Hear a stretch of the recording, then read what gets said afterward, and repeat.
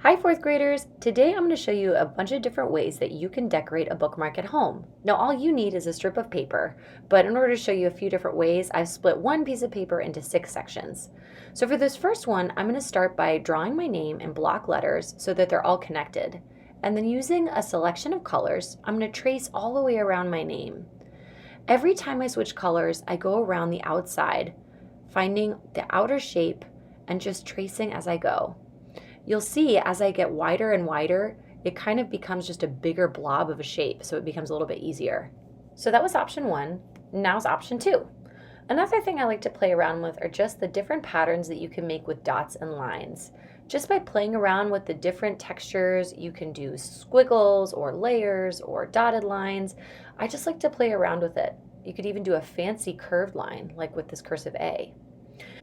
Now, speaking of cursive, for this third option, I'm going to write my name in cursive, but using a different color for each letter. You can tell I like rainbows. You can find cursive alphabets online as a guide. So that's 3 options. Now I'm going to switch over to this other side. And for this one, I'm going to start by just making a bunch of random lines that cut my section into pieces.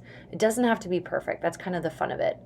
And then I'm going to trace around the edges with one and shade in the inside, kind of imperfectly. I think it's really fun to do this with crayons too, to do it really bold around the outside and kind of fainter in the middle. I really like the way it looks. It almost starts to look like stained glass. Now you can shade in all of them or just a few. That's up to you. So that was 4. And then here for 5, you'll see that I'm just having fun making some organic looking lines. Organic meaning kind of naturally flowing, doing curly cues just wherever my brain decides to make them, just for fun.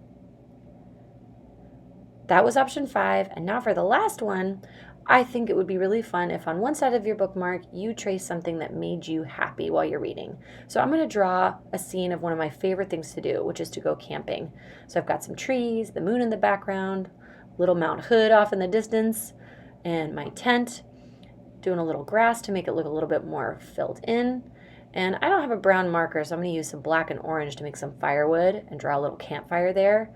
And of course, no camping trip is complete without my family or friends.